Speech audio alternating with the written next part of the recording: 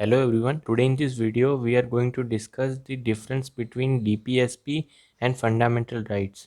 So now let us understand what are directive principle of state policy and fundamental rights.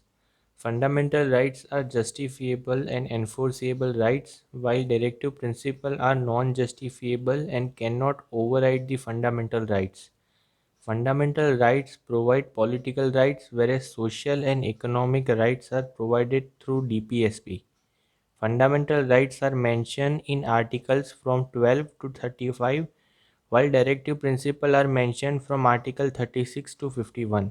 Now let us discuss the difference between DPSP and fundamental rights. Fundamental rights. These are negative as they prohibit the state from doing certain things, whereas DPSP are positive as they require the state to do certain things.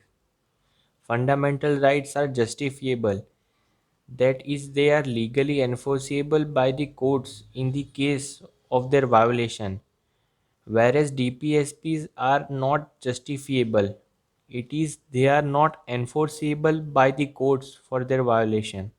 Fundamental rights, they aim at establishing political democracy in the country, whereas DPSP, they aim at establishing social and economic democracy in the country.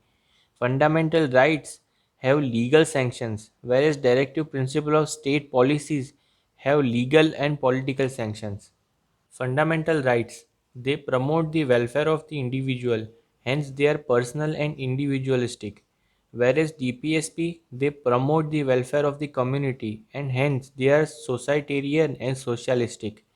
Fundamental rights, they do not require any legislation for their implementation. They are automatically enforced, whereas DPSP, they require legislation for their implementation. They are not automatically enforced.